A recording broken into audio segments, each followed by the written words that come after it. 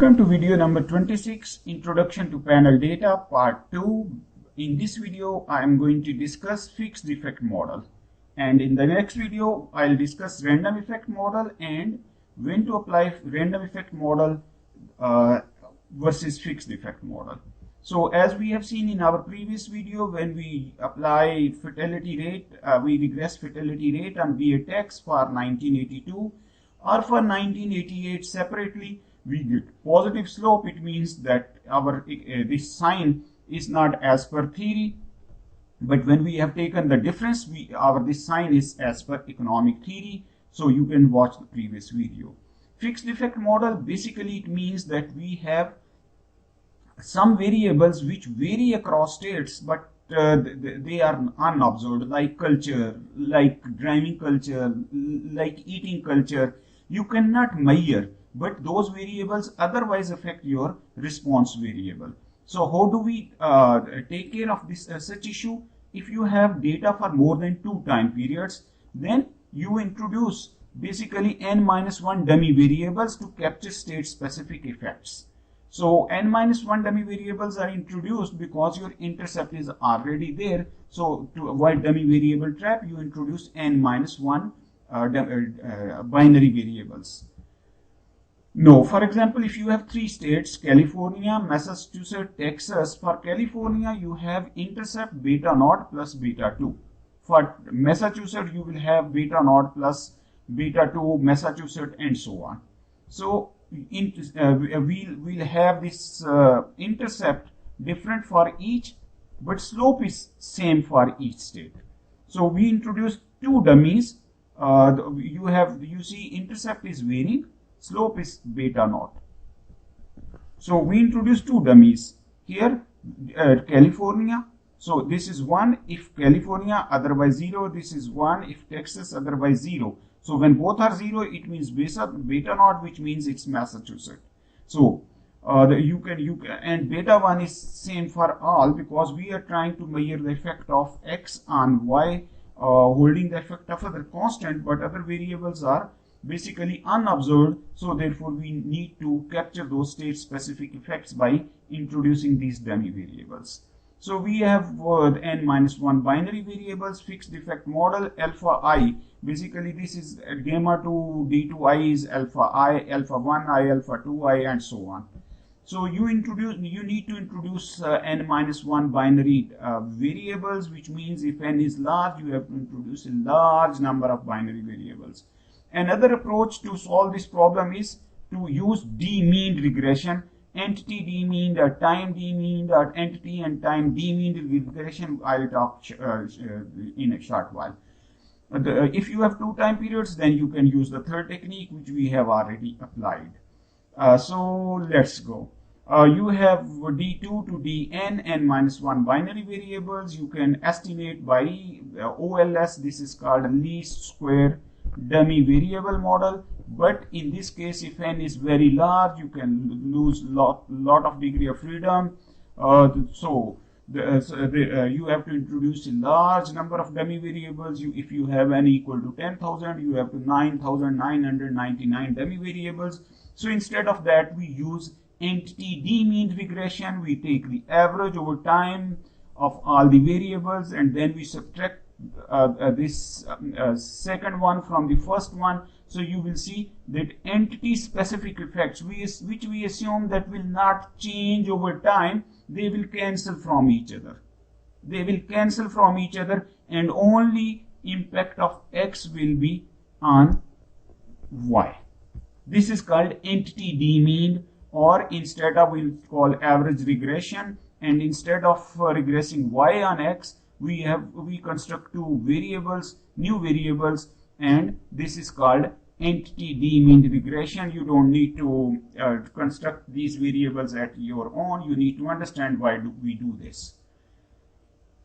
So this is first construct the demeaned. So you construct these 2 variables and then you regress, and instead it's simply AREG is the command, and you regress your fatality rate on VATX. You absorb state, because I am not interested in 47 dummy variables. So my interest is only what is the effect of VATX on fatality rate.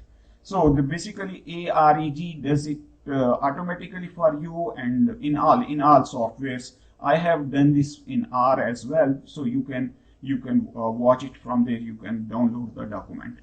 Okay, state specific effects we are not interested. You see, when you have two time periods, it's minus 1.04, that is increasing beer tax by $1 per case, reduces death rate by 1 per 10,000, which is quite high, because total deaths are 2 per 10,000 in our data. So reducing 1 by per 10,000 is quite high. This is slightly less, but you see this is data for 7 time periods, whereas this is data only for 2 time periods.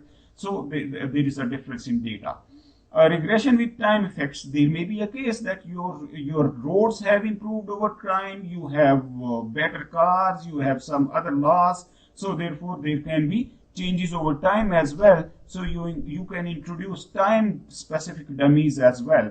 You can introduce state specific dummies or time specific dummies, or both state and time specific dummies. And in this case you can go the same way. You have binary variables, so you have 82 to 88 data. So one dummy is less than total number of categories.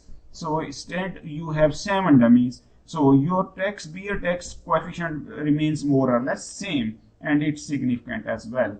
So you can have combined entity and state specific dummies. You can have T-1 indicators, you have N-1 indicators, or you can have both T-1 and N-1 indicators. The fixed effect regression assumptions are more or less same as in least square model, but one more specific assumption, that is we are going to introduce the first 4 we have already discussed time and again. UIT and UIS is 0, because previously in cross-sectional data we have only I, but today we have T as well. So you can have heteroscedasticity, you can have autocorrelation. So what to do with this? So you have default standard errors, robust standard errors for cross-sectional data. Today I am going to talk about clustered standard errors. Clustered standard errors basically address the issue of cross-sectional as well as autocorrelated standard errors. I'll upload a short clip on robust standard, default, robust, clustered, and bootstrap standard errors in some other video. Okay, assumption 1 as usual, assumption 2 as usual, assumption number 5, that is this we haven't discussed so far throughout our course. So what enters the error term? So you have here autocorrelation problem as well as heteroscedastic problem.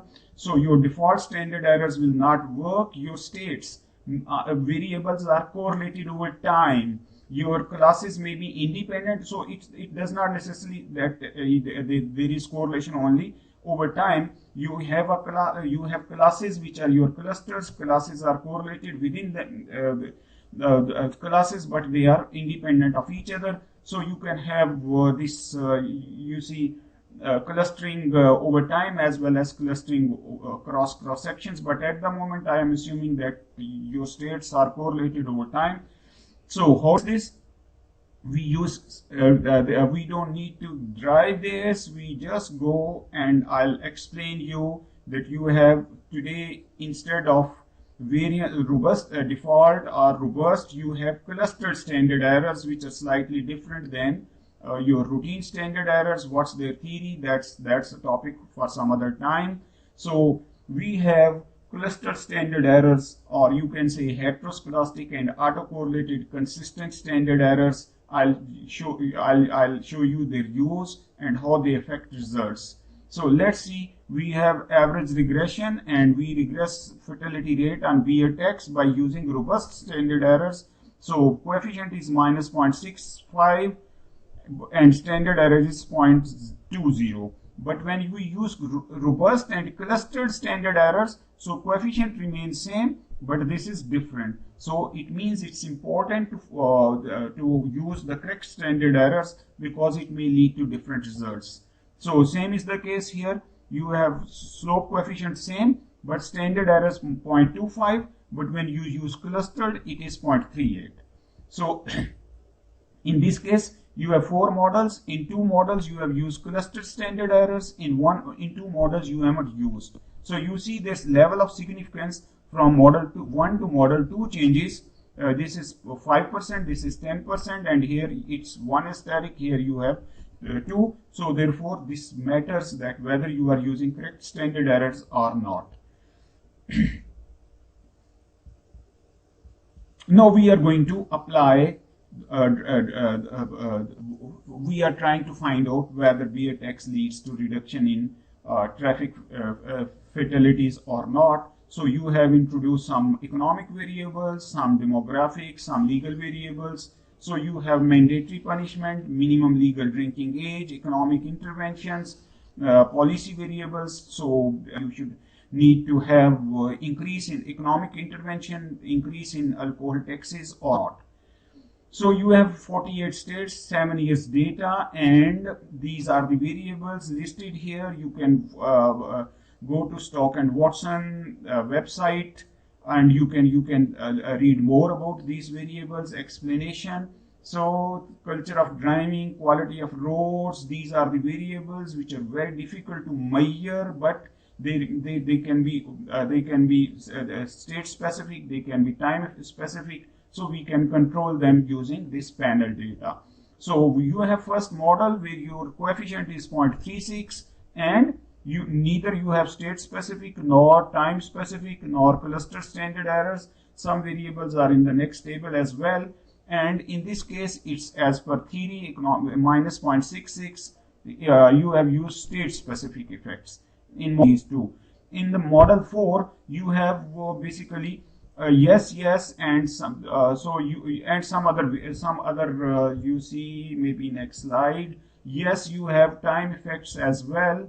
So you have model 4, you can compare it, and you see as unemployment rate is negative and significant, which means, and real income per capita is positive and significant, which means that as unemployment goes up, you have traffic fatality accidents goes down. It's as per theory.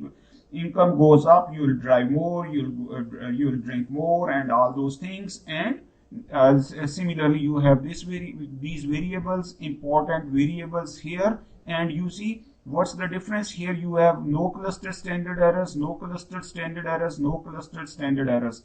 Here you have cluster standard errors. So you see model 5, 4, 6 and 7 are very close match to each other. Some other variables you have also introduced here: drinking coefficient, jail, mandatory service effects, and income per capita equal to 0. So what we see that okay, one important thing in this case, if you pick model 7, so you see you don't find effect of B and so therefore this shows that you need further investigation before jumping to the conclusion that increase in BATX will lead to lowering fatality rate. So what you see, we have 7 different models. These are called alternative specifications, and then we try to find out the pick the one which is the best. So all these these are candidate models, and we try to find out empirical analysis. You can read it from the book. Fixed effect are statistical significant but do not have big on the coefficients. We are not interested in individual coefficients, and this is again a summary which we have discussed already. So advantages and limitations of fixed control for unobserved variables that vary across states but not over time, or vary over time. There will be loss of degree of freedom, which I'll discuss in my next video. Time lag effects are important, and that will lead to some other complications.